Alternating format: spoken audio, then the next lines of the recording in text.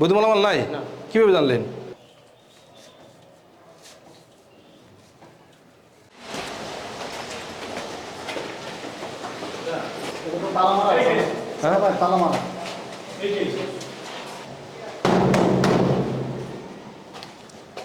আমরা একটু খুলে দেখবো, যদি বৈধ মালামাল থাকে কোনো সমস্যা নাই।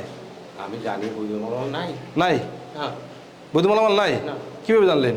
কারণ এখান থেকে কোনোদিনই আমি দিনের আলোতে কোনো প্রোডাক্ট বাড়িতে দেখি। রাতের বেলা দেখছেন? রাতের বেলা দেখি।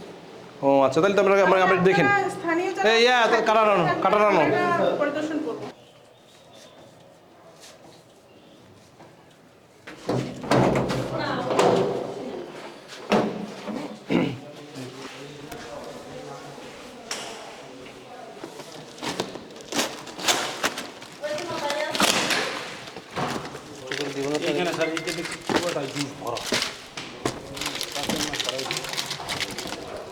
এই এক এক সময় একটা নারায়ণগঞ্জ ঠিকানা দিচ্ছে, কখনো কখনো গাজীপুর ঠিকানা দিচ্ছে।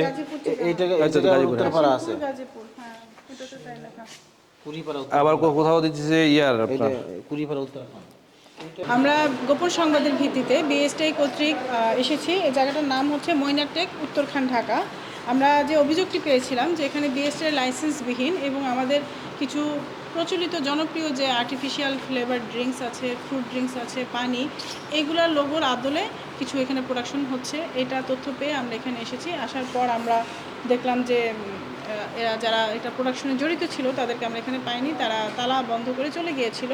তো আমরা এখানকার যে বাড়ির মালিক আছেন তার সহযোগিতায় আমরা এটাকে খুলেছি এবং এর ভিতরে এসে আমরা তার সত্যতা পেয়েছি অভিযোগে।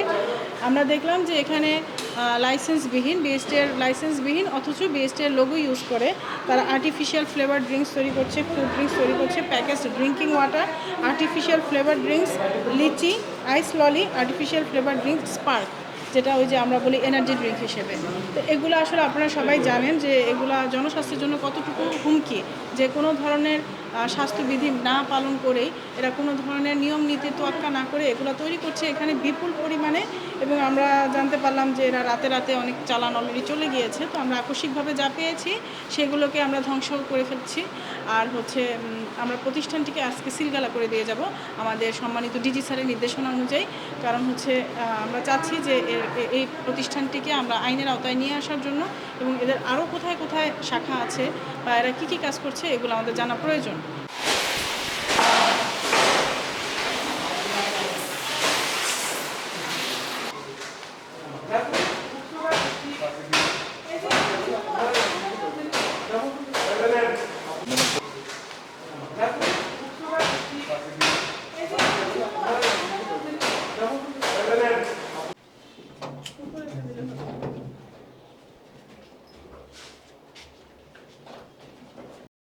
আপনার প্রতিদিনের সঠিক এবং নির্ভরযোগ্য সংবাদ সঙ্গী নতুন প্রহরের সাথে থাকার জন্য ধন্যবাদ।